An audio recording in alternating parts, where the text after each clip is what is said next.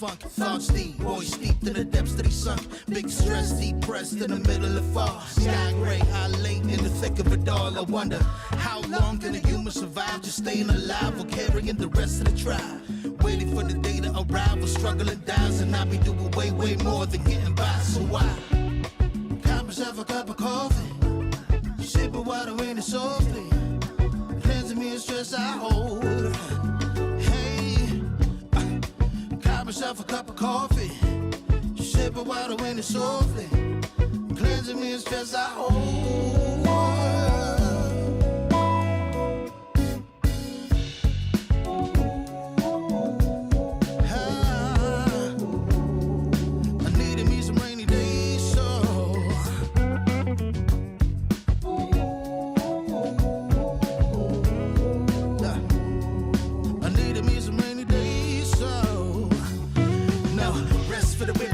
Eyes realize life is so much more than just living a day. Every day I can sit and reflect and breathe and connect to myself and know that I've been given. See, giving up is not an option. So when I'm looking at gray skies, I'll be adopting a new way to deal with a test. Lord, relieve me of stress. The ring be looking like when blessings dropping. And so I got myself a cup of coffee, sipping water in it softly, cleansing me of stress I hold.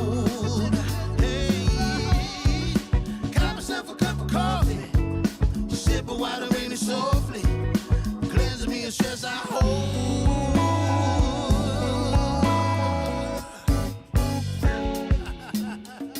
Hey, here we go. Yeah. Let's do this. Y'all ready?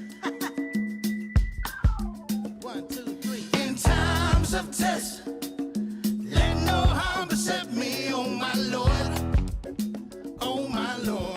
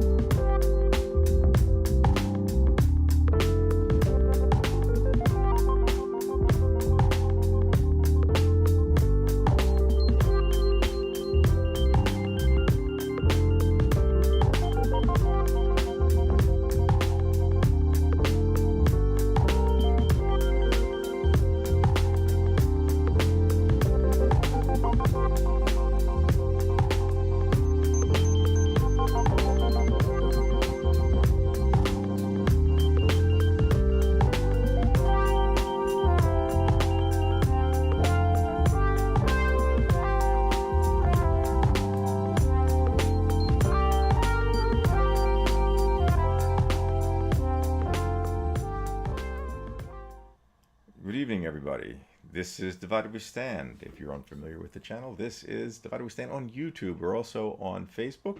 We ask that you subscribe to our channel. It is not monetized, so that means we're not looking for any money from you. We're not those type of guys. We're not popular, so there's really no budget that's necessary aside from a few things here or there. And you can find us on Facebook. We have a somewhat popular, and every day it's growing. It continues to grow after 5 years on Facebook, and it's appropriately enough called Divided We Stand. So head on over there and become a member and give us your input, because that's how this thing moves. It's not my input or Dave's input. We're just fellow members. So if you think of it, head on over after the show. And we're going to get right to it. We have some news that was kind of depressing this weekend. Again, all that's depressing, but especially the Supreme Court. And that's where I'm going to have my buddy who's right down in Washington to help us out with this issue with the Supreme Court and what it means for us. Is it the end? Is it the nail in the coffin? Are we goners? Or is there a glimmer of hope? Either way, we've got a fight on the way out. Let's find out from our friend, the writer, the educator, the connoisseur of Washington restaurants. That would be our David Price. Dave, Hey, Brian. help me out. So, Yes, I can't. Um, we play a lot on this show roles, in terms of, but they usually come from our real life. I would say, and I think you would agree, that you are a pessimistic realist, and I'm an optimistic realist. And I think what happened last week, for the most part, goes to you. I think it was a bad week.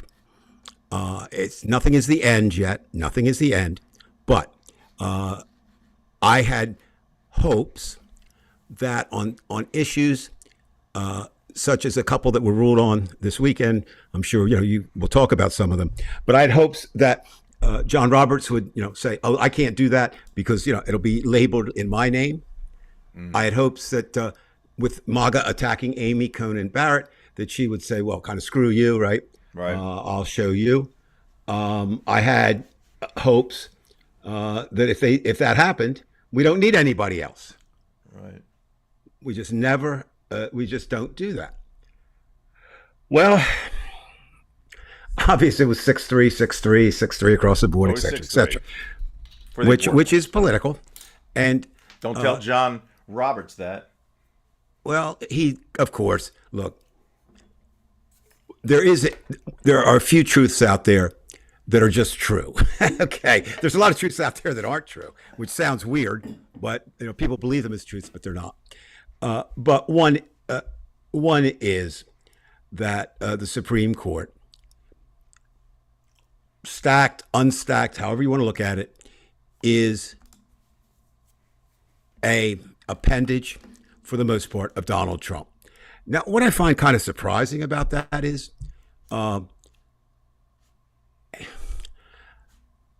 you're supposed to have three equal partners, right? I mean, that's basically the way it works, with each having some control over some areas and then counterbalancing one another, that kind of thing. And I find it fascinating that both Congress and the Supreme Court have abrogated their duties, their responsibilities, however you want to phrase it, to support Donald Trump. Now, a couple things surprised me about that, or three. Number one, you cannot appease Donald Trump, so why try? I mean, really, he doesn't care. I mean, he'll turn on you, he'll do this, he'll do that. Number two, he changes so frequently that, yeah, they bought him nice RVs. But Charlie always, Clarence already has a nice one. He just wanted a bigger one. So you have this idea of DC is power. It is, okay?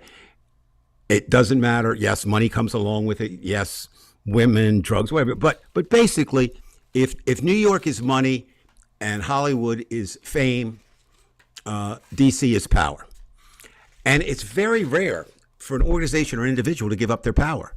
Right. And actually, in essence, both the Supreme Court, the Senate, and the House, all controlled by Republicans, have done that. So why? It's not because they're conservative. I don't want to hear that, because Donald Trump is not a conservative. Donald Trump is whatever benefits him today, he would be. Right. Now, he realizes that he can't be liberal. That's the one thing he can't be. But if tomorrow somehow liberal would lead him to more money, he would do that. So I don't want to hear ideology from them. I don't want to hear long-time Republicanism. I don't even want to hear we have to stop the crazy horde of Democrats that would change this country. I'm beginning more and more to wonder, and I'm the last person for conspiracy theories. I'm wondering, especially in the House and Senate, but maybe even somewhat in the Supreme Court, if it isn't fear for their personal safety.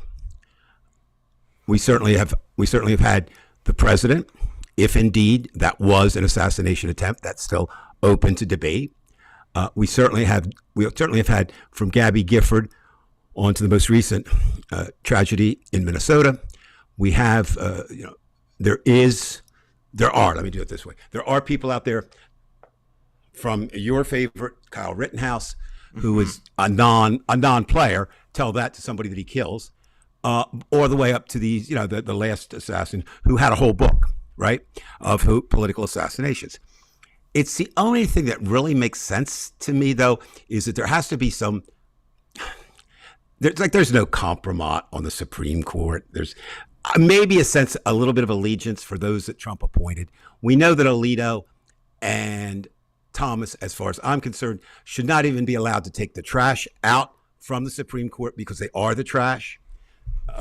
The others, are not don't have a stellar record, but they haven't been there as long as those two. So I think for any of us who had any kind of hope for the Supreme Court, that has dissipated. And basically what the court has done is set up again and again, and especially this week again, the idea of Trump as super person, which nobody can stop. But there is one entity, we're getting down to the bottom. There are two entities that I still think can affect and bring victory to our side. One is if there is anything to be said about numbers, I believe this to be true. Donald Trump has maximized what he can get. He won't get any more. Now you say, well, he doesn't need it for vote. No, there's still a thing about, popularity and opinion polls for power. The higher your polls, the more power you have. Now, Trump, is not maybe on that exact scale, but it's still there. And if these things come through that are in that big, beautiful bill that may or may not become law, right, that hurts as many people as opponents say, and I believe, maybe there'll be more of a groundswell of that. But the big one, Brian, is the military. As long as the military hasn't committed, we still have a fighting chance. If they go, wow, we will fight, but he certainly understands that, though. Would you agree? I think, you know what? I think he does, but Donald Trump doesn't understand anything the way we do, Brian. Like he might understand that I'm the commander in chief and that's all you need and I'll command. I believe, again, a couple of things. I'm starting to move into the world of conspiracies. Good Lord. One is I'm still not convinced that was an actual attempt on his life. Mm-hmm. I actually asked AI to do some research into it because I read that Elon Musk's AI with his X called Grok, that's his, which you got from a science fiction book, of course. But Grok said that the evidence said that it wasn't an actual attempt. I did it through ChatGPT the other night, and it said it indicates that it is. So, who knows? Again, we don't know. But we do know that I think, again, along those lines, I'm of a belief that what the military did on Trump's birthday was a deliberate finger to him, a middle finger. They were lackluster. They were disciplined. They put old stuff out, right? The creaky tanks. Yeah, that was interesting. And it was not Hegseth's idea, right? No. My understanding, and again, I don't have any sources down here, but, you live here and everybody's talking about it, and some of them are informed and some of them aren't. Probably somebody's telling the truth. But the general feeling in D.C. of the non-political people who are political, if that makes any sense, so that'd be aides and, low-level military personnel, is that was, by design. The military did not like the fact that it was ordered to do it. Mm-hmm. They did not like the fact that Trump initially called for it to be his birthday celebration. And then when he saw that was headed for not a disaster, but pretty bad, to just say, oh, no, it's the 250th for the Army. I think I did not go. I followed the rule of protesters here, which was, and I agree with it, they said, just don't go to the city. Go somewhere else for No King's Day, but don't go to the city. And I think that was wise because all the pictures that I saw, Brian, showed empty seats. In fact, it might even be the point, if I could see the whole picture of the city. Might even be that there were less people there than there would normally be, just on a regular day, not the business day, but Right. So tonight, and this is I was talking to someone tonight who's a businessman, runs a restaurant that just opened right around the corner from me. A person who is in a second career life. He decided he was a lawyer and consultant and high-level businessman. He's Chinese. And he decided, I'm sorry, he's Japanese. I said Chinese. And he decided his father had been a chef, and that was kind of his calling, and that's what he's done. He's established a really good track record here in D.C. And it just opened, so I went out, we talking. The place, wasn't packed, and he was there, so we got to talking. And like every person in D.C. who owns a business, or every person in D.C. who works at a business, he is suffering from career uncertainty. Two things here, semi-related. Trump through Musk through Doge cuts, still in process.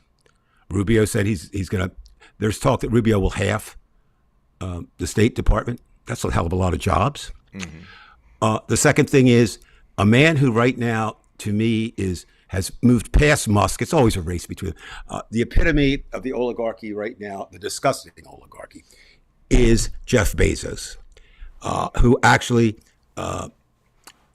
in a way, seized Venice. They did not want him there this weekend for his, depending how much you believe, multi-million-dollar wedding, with yachts and with his. Now, the Venetians got back at him. The Europeans are very good with their protests. They actually forced, which I thought was interesting, they forced the world's second richest man to relocate where the wedding was going to be held. I thought that was interesting. And what they did was they were prepared to put alligators, not real alligators, but alligators throughout and other barriers to the canals that would ruin the beautiful pictures, right? And again, jet setters and trenders, wonderful, go there, be there with the wealthy. But back here, of course, we know that Bezos's, some of his warehouses, they're a little better than Chinese sweatshops, just a little bit better. Maybe the work isn't quite as hard. The pay is abysmal when compared to his or his executives. And then the other thing is, which will be really fascinating, and I think this will, again, it's one of those moments when we're really going to tell kind of where we're headed. Just to review, most people who are regular for the show, but I'll explain. Where I live, it's a place called Crystal City. It's 3 metro stops from D.C. on the Virginia side. Bezos decided to locate his East Coast headquarters. Hey, Judy. His East Coast headquarters in Pentagon City, which is right next to us. And then on the other side of us is a place called Potomac Yard.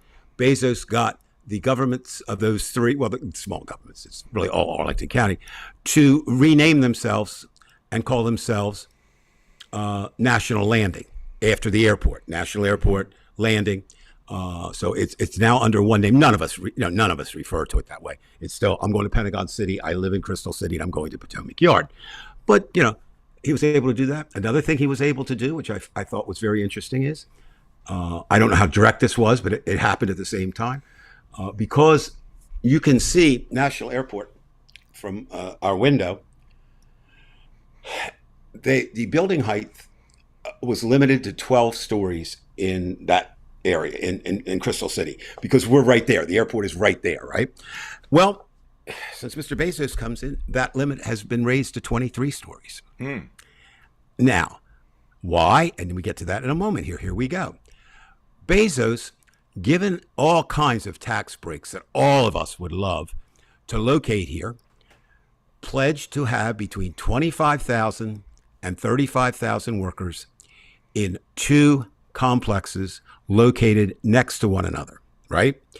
And then others would be interspersed throughout, like the AWS, which is Amazon Web Service, is based in Crystal City, but the main Amazon offices are in Pentagon City. Well, there's been a little snag. Apparently the economy, apparently COVID. I mean, maybe some of this is realistic and real, but Mr. Bezos, who has left his company, but let's not kid ourselves. I don't think they take too many big decisions and don't ask Jeff what's going on. Or, what do you think, boss? Or what do you think, ex-boss? And now they've received from Arlington government, which Arlington government had no other recourse but to do that. They've received a 3-year reprieve for bringing in the 25 to 35,000 workers. Now, we get back to the gentleman I was talking to tonight at the new restaurant. He was quite honest. He said, we opened this because of Amazon. Well, if they're missing, right now, the last number I saw, Brian, it was not 25,000, it was 8,000. Now, it is true, if you want to give some credit, it is true that those 8,000, the majority are now working back out of the building, which means, they have to be here. And DC is really, its economy thrives on two things: government workers eating lunch and tourists. And Crystal City is a reflection of DC. Again, there are 19, just in Crystal City, there are 19 hotels, which, again, it's the airport city, I guess you would say. I asked the gentleman tonight who, there's a brand new complex that just opened next to him. It is only, it's a miniature now. It's only 20 stories. It just opened. And he said they're running about 65% occupancy. Mm-hmm. And they've got 2 more opening and another 2 being built right now. So my point is, it doesn't really matter where you are. Your position as pessimistic realist is very hard to shake. You'd almost have to, Judy, I know. It is. Interesting enough, and it's, the show is not about me, but if you notice, Brian is almost falling asleep.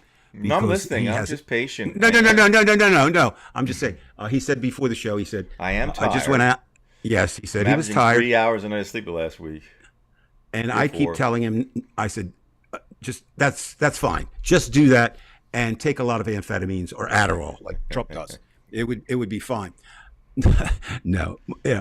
The point is, again, or a point is, not the point is, a couple things. This current look has forced me to become. I despise. Okay, I mean, simply, I don't use the word hate. You can say it's semantics, and you're splitting hairs, but I despise Trump, and anyone who works for Trump supports him that way. I feel something between disdain and pity for anybody who voted for him or continues to support him. And of course, there are many. But I also am not impressed and get less impressed every day with the Democrats. And that's a story in itself. It is a story. And this is just my personal take on it.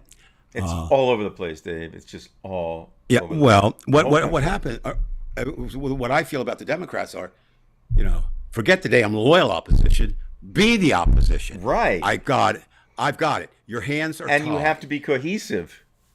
Well, that doesn't happen with the Democratic Party. No. What has happened? No, it never was cohesive, Brian. What happened was its strength is also its weakness. And the weaknesses are being exploited. Mm-hmm. It would be hard. Okay, the Democrats are, let's look at it simply. The Democrats are the umbrella party. Right. They have gays, they have blacks, they have women, they have this, they have that, they have the other thing.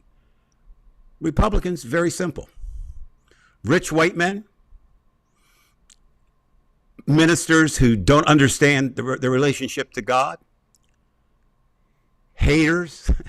It's a very small, a very homogenous group, mm-hmm. Whereas the Democrats are very disparate. So it is much harder. That's not an excuse. But if you follow right now, the most interesting story in D.C., and since it's here in D.C., it's playing out nationally, is young versus old in the Democratic Party. The current, upset in New York City has sparked tons of comments and copy down here. Of course, attacks from the right, which you expect. But even here, no, he didn't pay his dues.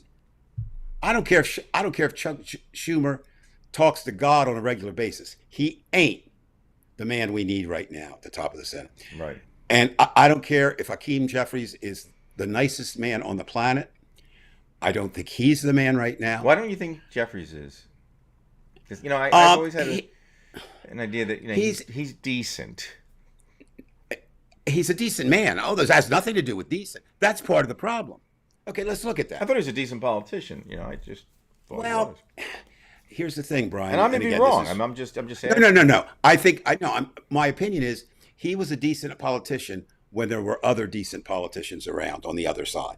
Okay, when you had the Mitt Romneys and the John McCains, and we could argue all we wanted with them, right? But they did have a Bob Dole, go all the way back to Bob.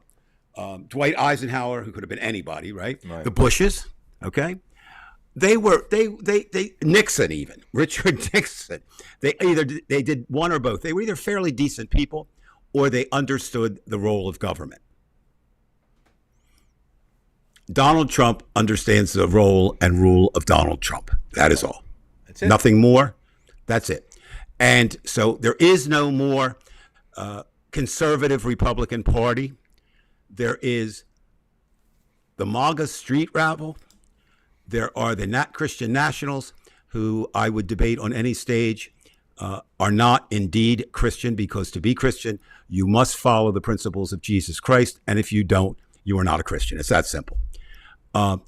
We've got, they lack empathy on that side because they're fueled by hatred, anger, and fear of the other. And I have another thing that I think they're afraid of. This is why they want to go back. It's not so much to make America great. They want to go back to a time when white people ruled. That's part of it. But also they're overwhelmed or not understanding new technology. And they want to go back to black and white TV in the 1950s, which only had 3 channels. And you could, you had to have somebody, you got your kid to change the channels. There's no way you can go back, Brian. There's absolutely no way. And this is, again, a bad analogy, but I'll use it because I've been thinking about it. It's like it's like the whole America is on a raft in water, right?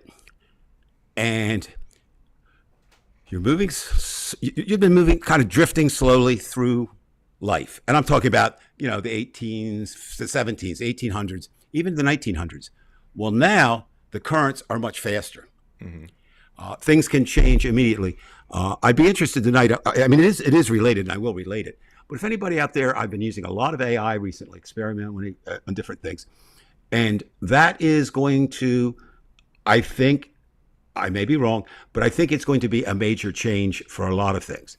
And like everything else, like Frankenstein, the question is, with any technology, is it Frankenstein that was the monster, or is it Frankenstein's creator who was the monster? And usually it turns out to be, it was Frankenstein's creator. That's true of the atomic bomb. It's true of all this stuff. But I will say this, technology is and is continuing to rewire our brains. Anybody who studies any psychology or, any kind of humanistic thing is agreeing, and it makes sense. Ask Oh, you a few absolutely, questions about Brian. this, Dave. Sure. I was watching Robert Greene. I mentioned him to you. He writes a lot of books on, how to gain power, human nature. But he was talking about how he likes to meditate. Now, I'm not. Well, maybe I am a meditator in the sense I listen to music to meditate. You are. You're not in the sense I of try to get naming- outside of my head. I don't. Right, we and that's can't what- control the thoughts popping up Right. all the time, and Right. you try to stop it. And he's mentioning, there's just so many influences from social media that come at us so quickly, and the attention span, of course, of our children has gone to 15 to 30 seconds. It makes it even more difficult to teach. And it creates a lot of emotions very, very quickly. Like, for example, even on Facebook, we're all part of this. Somebody makes a comment, gets you upset. Somebody likes what you said. Did they like it? Did they love it? It's gotten to the point where, as you say, it has rewired our brains. And we're at the point now, he says, where, at least for himself, that he likes to just completely tune out. And he wants to have a point of the day where he can just not think. He says he thinks that's something very, very useful for him. But he said for the rest of society, for most of society, because most of society doesn't listen to Robert Greene or anybody else for that matter, just in the way that people don't read novels anymore. I mean, I'm not everybody, but No, it's but gone. all Gore Vidal statistics- warned us in the 1970s that Right. it's done. TV has taken over. And now the computer, social media has taken over what the TV did. The TV is almost a relic of the past in the sense it's not what it was. Back then you talked about the 3, 6, and 10. And Right. and you see how our brain is wired now because of this quick thing where we have to get the answer from Google. You yourself said, use ChatGPT or whatever AI you're going to use, Right. which again has its uses. You're not saying everything's bad, but it's actually rewiring how we think. And I don't know. I'm not a psychiatrist and I'm not a psychologist. I don't know the end result of this, but it certainly doesn't seem good, Dave. And I'm wondering what your feeling is if this type of process continues where everything is sped up and we don't have a time to think. And I'm going to add one more thing because I know I'm talking a lot here, but he mentioned, as an example, Dave, if you walked out the door, it's a thought experiment he had, but he said if you walked Okay. out the door today, you would hear certain sounds. You would walk out at the door in Arlington, you hear the planes, you hear the honking of the cars, and the stimuli is coming at left you, and right. Right. If you were in a society, very few left, maybe Bhutan is something like that, but if you go back 10,000 years, first of all, you wouldn't hear language. You wouldn't hear any of those sounds, but you would pick up your senses. You would smell things that you normally wouldn't smell. You would be much more at ease of the sounds of the trickling of the water. It's so much different now than what it was. And you and I both thought you don't really want to go back in time. But if there's one thing I'd like to do about going back in time, is have this idea of what would it smell like to me to be able to just smell natural things and not hear things, or to have whole foods all the time. It really is a different human being now. Yes. Or do you disagree with what I'm saying? I agree 100% with what you're saying. And, I despise, abhor, loathe, hate people who use personal examples to prove a point, but I'm going to do that. Obviously, I lived where you now live, 2 roads away, if that, in the same development. So, 10-minute walk tops. Yeah, at tops. And so I'm very aware of where you live. And it is not urban. It is not rural. And it's not really suburban. It's something kind of a combination of a couple things, maybe a little rural, a little suburban. But I know, listening, yep. And Judy's point, so well taken. A 3-year-old. See that? A 3-year-old. Yeah, and And that's not just here. We know this is. Oh, no. So, but my point is, that's kind of what I spent my time in, that kind of environment for 59 years. Now, for 15 years, I've been in definitely an urban environment. This is not suburban. This is urban where I live. And when I first went back after a period of time, not the first time, but one time, went to stay with a set of friends who lives even more in a rural area in Pittsgrove Township. And you know what, Brian? It threw me for a loop, and I couldn't figure why. Do you know what threw me for a loop? I have no idea. The silence. My brain was already accustomed to the noise, to the pace, and you see it. Well, remember, Judy, and that's an interesting point, Brian, and this is something else. Went from MTV to the device. Well, look, when these devices first came out, kids saw them, they wanted them, right? You got them a toy cell phone. You got them a toy tablet. You got them a toy computer. Right. Now 3-year-olds are getting regular electronic devices. Is that, again, good or bad? It all depends on how they're used. Right.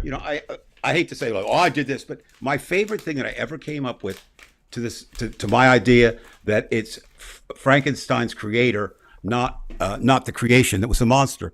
I used to do a thing in different classes, and even more so later on when I was working, as a consultant.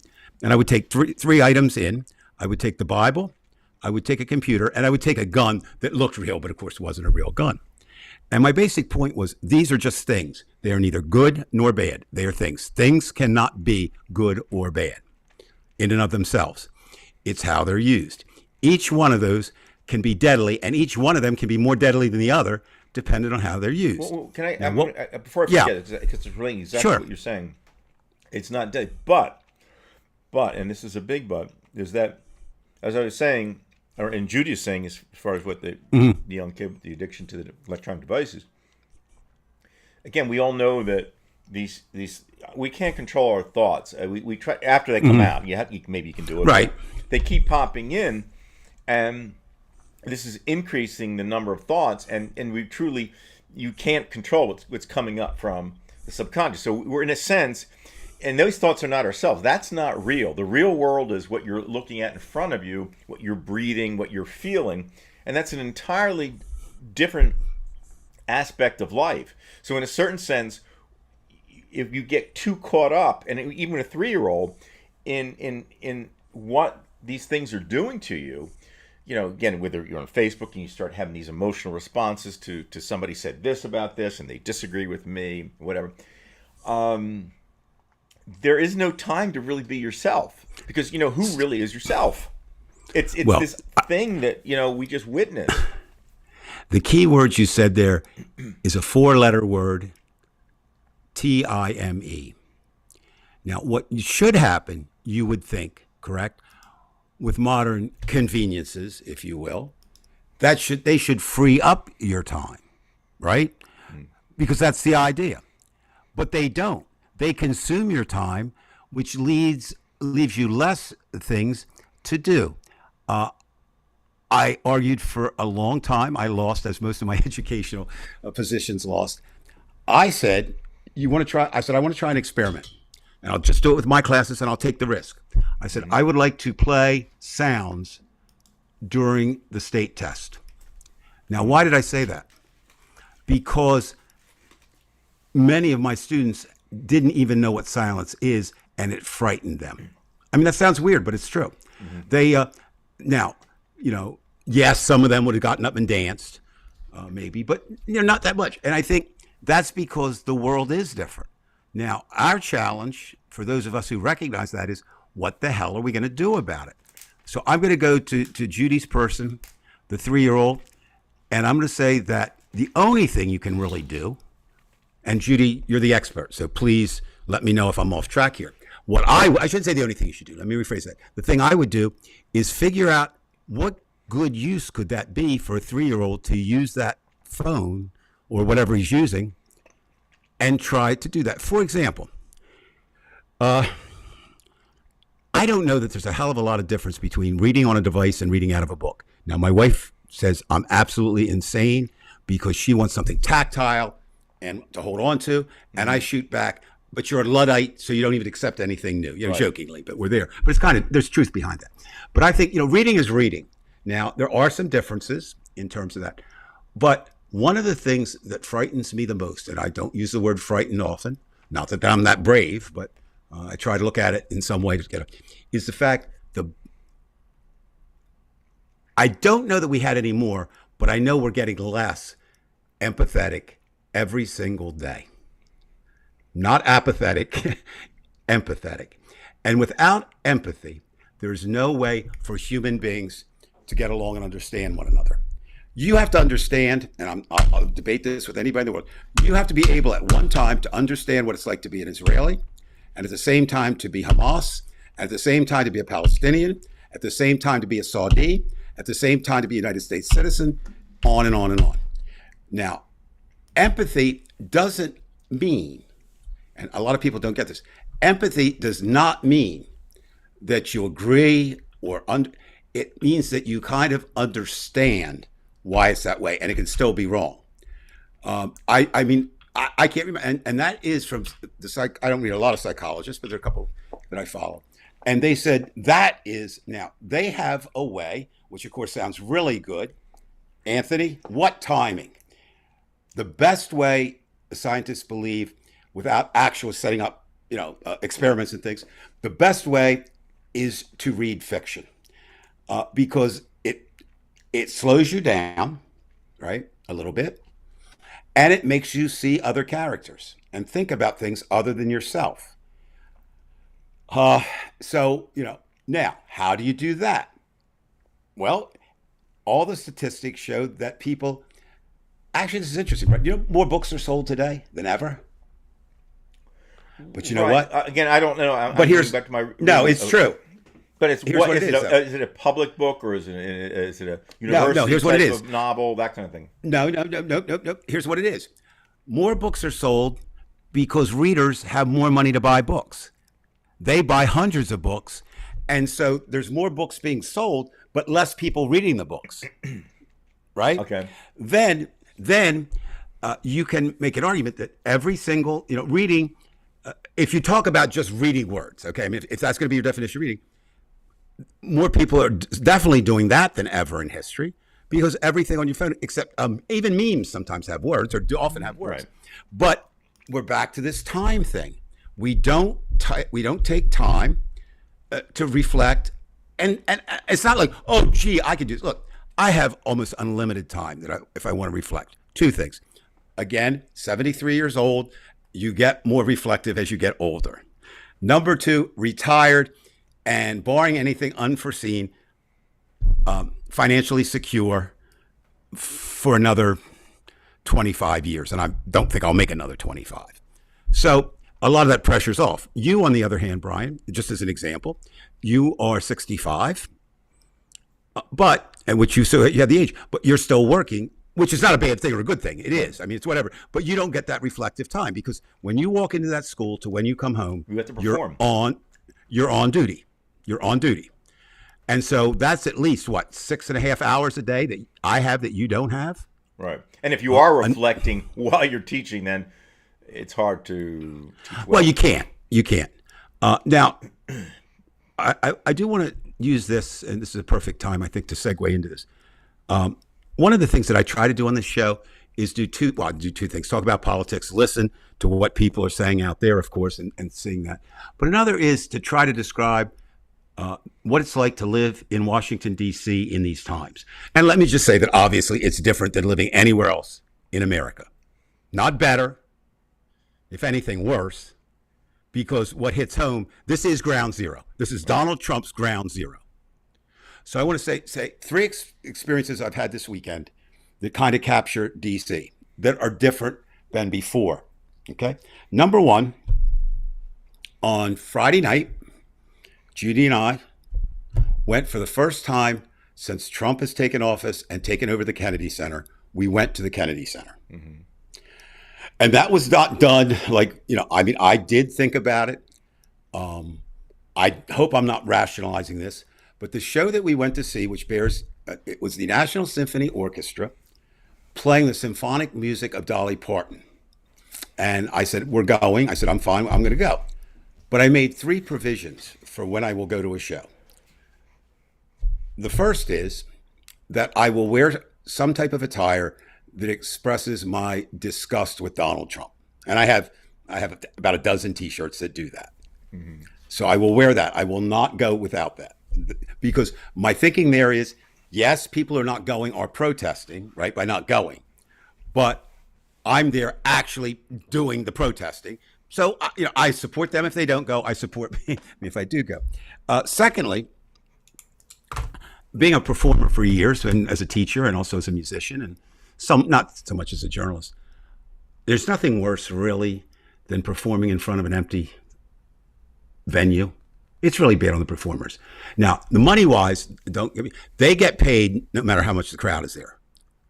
So I'm just talking about for them. You are punishing them in essence, not financially, but for some of the reasons. And the third is I will only go to a show that I'm convinced in some way speaks against Donald Trump.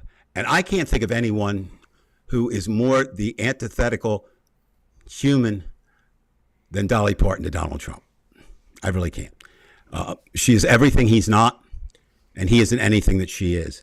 And I knew that. She actually narrated the show from the screen, and she chose, and I was sure she would do this, she chose a song called Coming Through. It's not one of her bigger known hits. It is about trans and accepting people. And I'm thinking, now that's this is exactly what Donald Trump doesn't want the Kennedy Center used for this. That never happened before. And the other thing that happened that night, different, Brian, I've been going to the Kennedy Center for 15 years. It's the smallest crowd I ever saw. The front Could you give row. us a rough idea of how many people were in there and how many? Well, I'll give you by who wasn't in there. Okay. All right. So the concert hall is not the largest, but it's the home of the symphony orchestra. The largest is the one that brings in Les Mis and the big Broadway shows. But it would probably seat. Well, it's got to be more than 1,000. Okay. Not 3,000 or 4,000, but definitely more than 1,000. And it's like normal. The many seats. You have three. You have a center aisle and then two on either side, right? Coming down like a mezzanine thing like that too, or no? Yeah, they have all of that. They have levels, different. It's actually 4 levels. But anyway, in the front row, there were 2 people. That was it. Really? Of that. So, looking over to my right, because we have our own seats up there. It's the highest you can go on the aisle looking center stage. We told them we want these seats forever, and we're laughing. Nobody else wants them, so we get them, but they're great. Looking to my right, if you can envision a theater, they're not the box seats, but they're like box seats. So it's a row behind a row, right? Mm-hmm. And they're box. There was this many people. 0 in that whole section.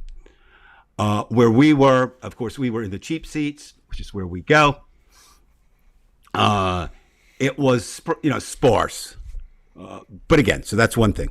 Then, what's today? Sunday? Okay, so yesterday, right? Wow. So that was Friday. Saturday, yesterday, Judy is actually where you are now. She's in South Jersey. And so I went to the train station to see her off, and then I went to get something to eat. And, Brian, have you ever been in Union Station in D.C.? I don't think so, unless you took us there.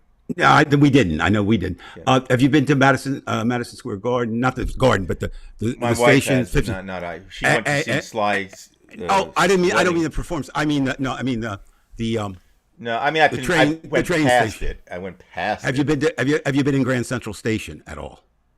I've been to Penn Cent. Yeah, Penn Set. Well, Penn. If you've been to Penn 34th, yes. That's Penn. That's Madison Square Garden. Okay, so you know how big that is. Well, Union Station is like that. It's big. Here. Yeah. So although it's been decimated and devastated by COVID, we'll talk about that some other time. Anyway, I'm hungry, and they have a place called Cava, and it produces. It's sort of like Chipotle for Mediterranean food. Mm-hmm. Like you prepare. So I got this, and I'm sitting there. And Judy's with me, and then she had to go get the train. And so I'm sitting there, and I have 4 seats, and it's outside, not outside the building, but it's outside the restaurant. They have a seating like that. And so what happens is, all of a sudden, I see hundreds of young people, appear to be college-age students, coming in with T-shirts, all matching, light blue with white letters saying, "Defund Planned Parenthood." Obviously, something going on.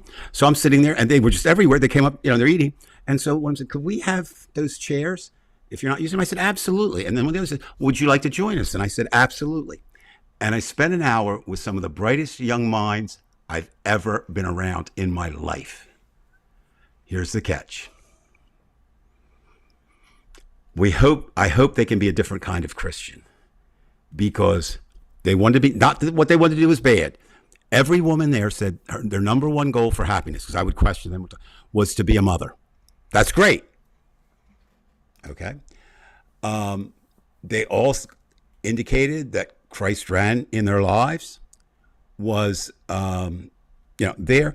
But I asked them a question. I said, if you could change anything about the educational system. And, others were coming over, so this crowd was kind of growing. And we went around the round table. Maybe by that point, there were probably maybe 12 of them there.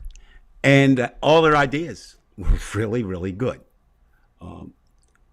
But, not necessarily practical, the way to do it.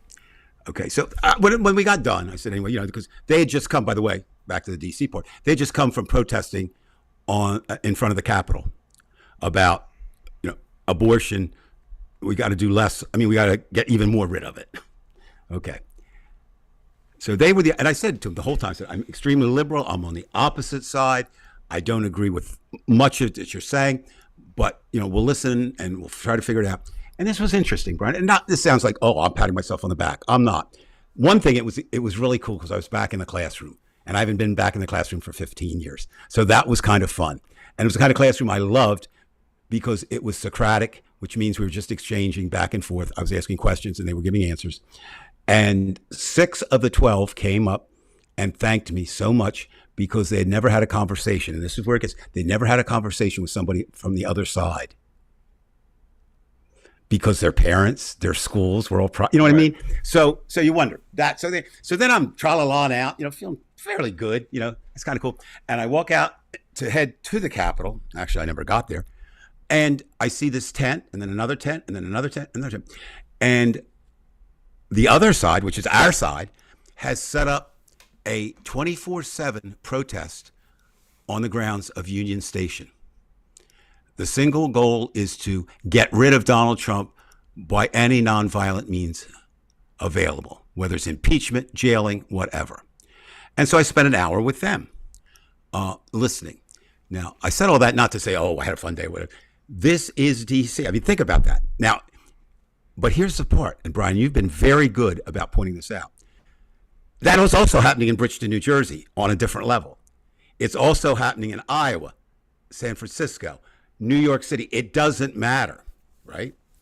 All those things are happening. Trump is messing things up. People are fighting back. The other side is the other side. These young people, they were still innocent and somewhat naive necessarily. But now I'm not saying, we know there's no sense in talking to Trumpers if you were going to convert them. That's not going to happen. They're going to have to be converted. They're going to have to, like Paul, or Saul on his way to Damascus, in the Bible, they're going to have that come to Jesus moment. Not literally come to Jesus, but that. So when we leave the show tonight, I always ask you this question, and then I'll answer it also. So last Sunday night, we ended the show, and we ended it the same way we usually always do. I ask a question, and we both answer it. So, Brian, after what you witnessed this week, are you more optimistic, less optimistic, or the same about whatever your definition of success is in getting through this mess we find Even ourselves less optimistic. And it part of what you said about the Democrats, but yeah. Yeah, and I would agree. I'm not, so there's nothing wrong with that. But what is wrong, and again, rah, I'm not the Gipper giving the rah speech, but nobody said it was going to be easy. Nobody said we're going to win.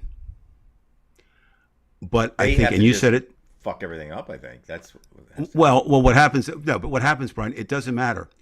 It's in the fight. The fight has. We have to go. Fight has. And I understand why it's not for people.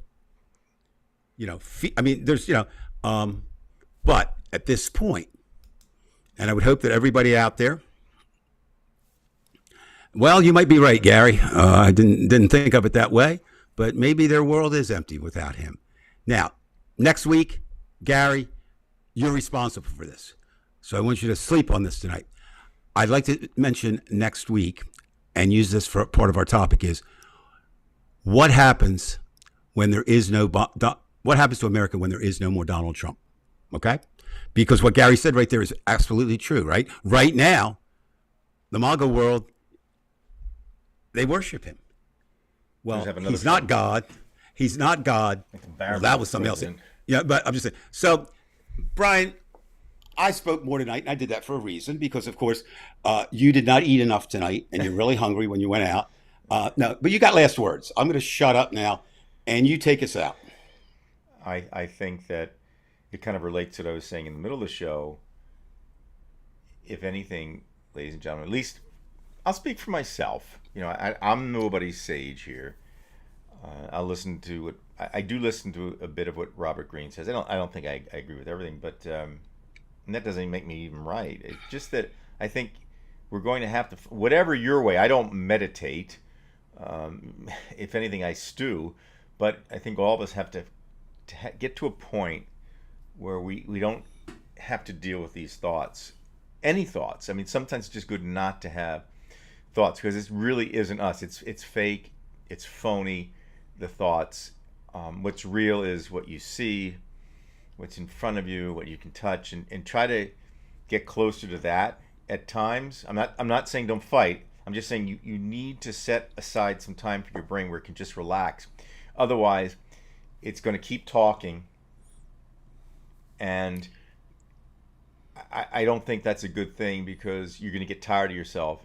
And I get tired of my own thoughts, and especially if you stew over the same, Dave, you get this sometimes the same thoughts over and like, what is my schedule like today? What am I going to have to do? When am I going to go to eat? I mean, it's just, I've had it with my own brain, but I know it's not me, because if I had control of my brain, I wouldn't be saying you wouldn't these be things. doing that, right? So it's so obvious it's not us. It's coming from this thing called the brain, which is made of fat and has all these connections, and it's pushing it up for whatever reason through our unconscious, and it's very hard to stifle. And I just need a break from my brain, because it's not me.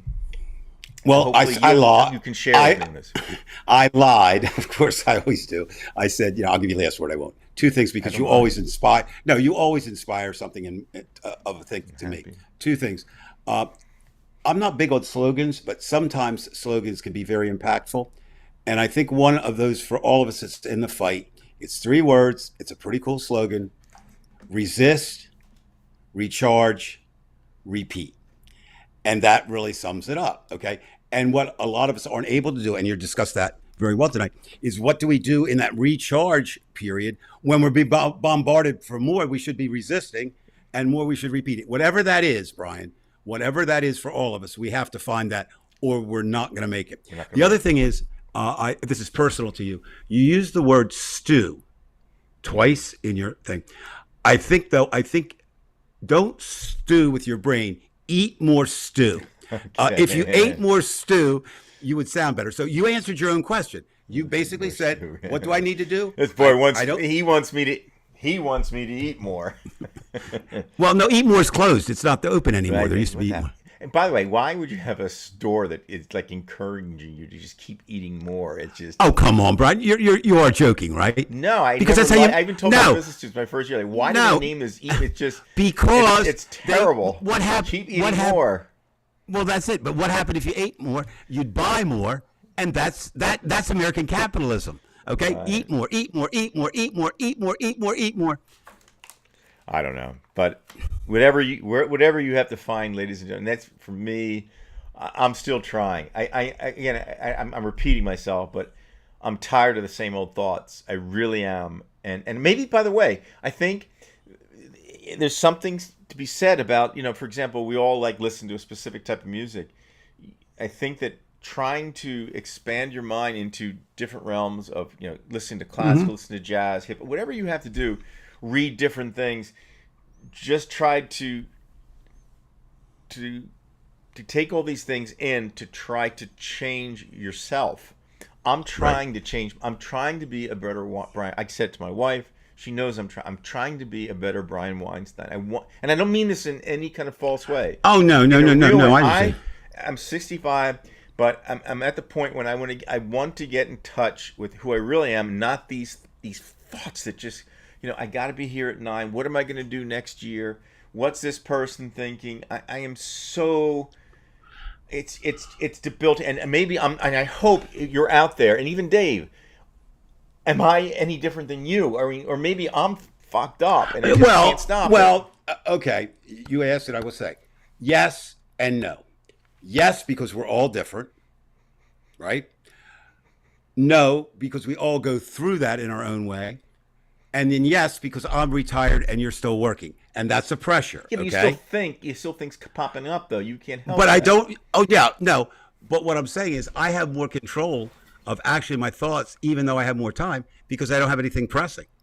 Well, that's good because you don't have a schedule. Yeah. You have to I have to be here at 10. And I know classes at 9:40, and I'm looking at the clock. I know. I know my therapist, who I really, really like a lot.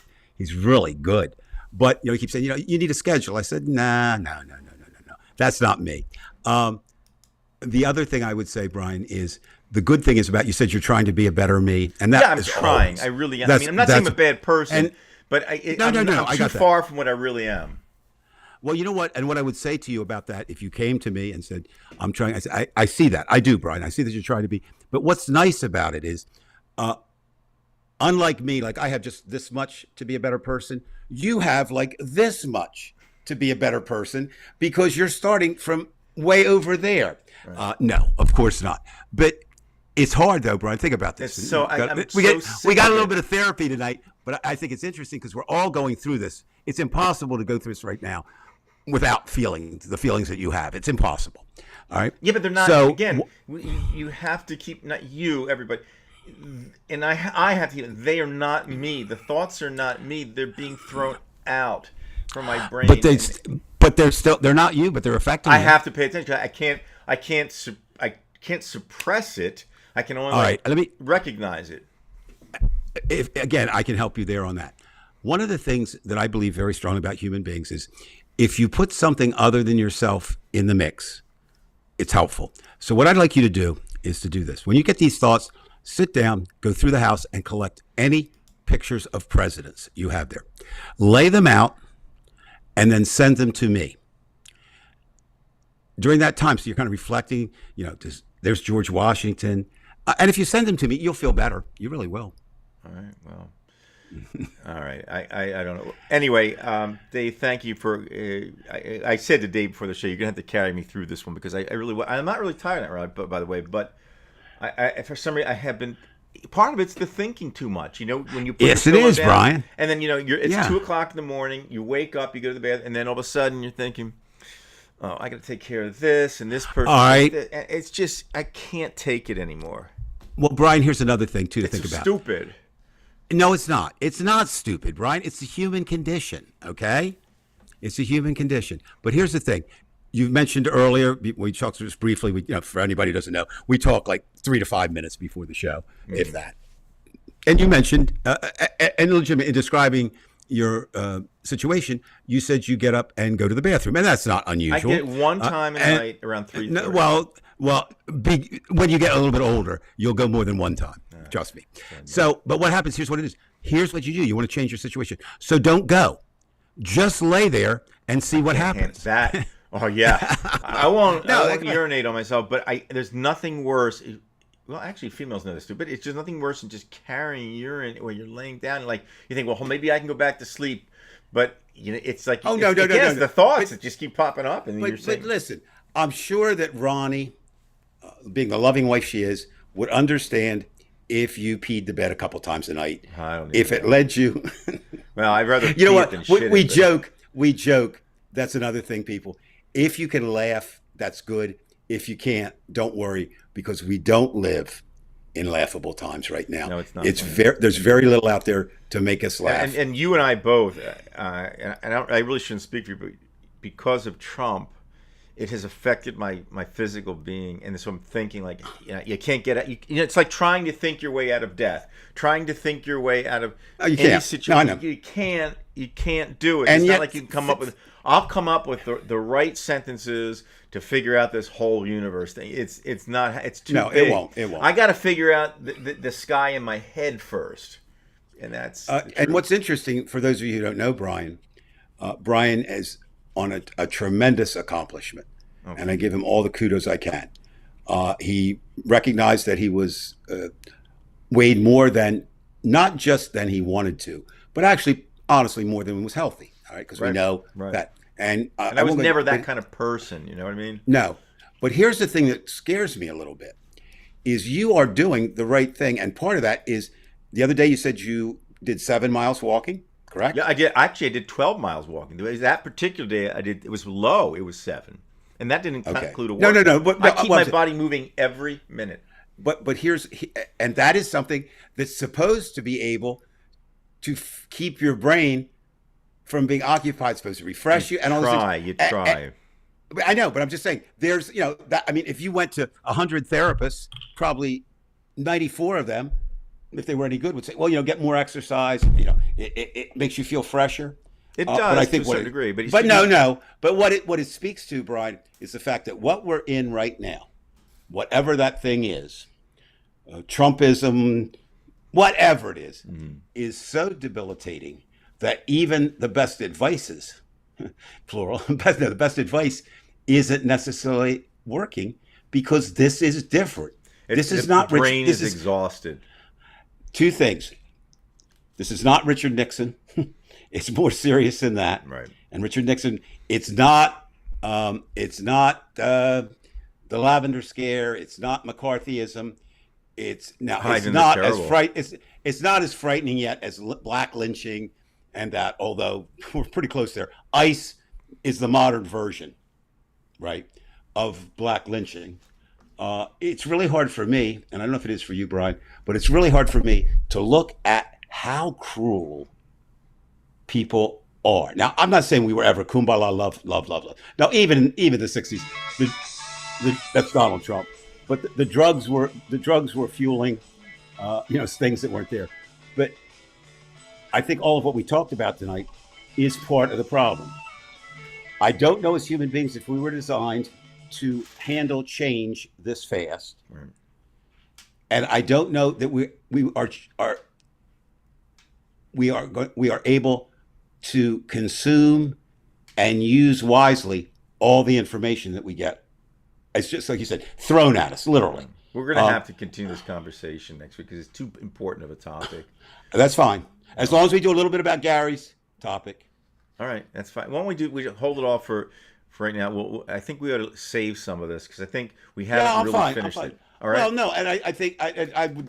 It's other people to judge, but from what I've heard, what I've read, and what I've witnessed to people telling me, your condition it's not your condition. It's everyone's, but in different aspects. But we live in these fucked up times right now, and how do you remain normal, or sane, or healthy, or whatever it is, it's going to be in fucked up times. Right. All right, Dave. All right, Brian. Appreciate Donald Trump's. Yeah, Donald Trump's calling me back. Let me get this. Okay, folks.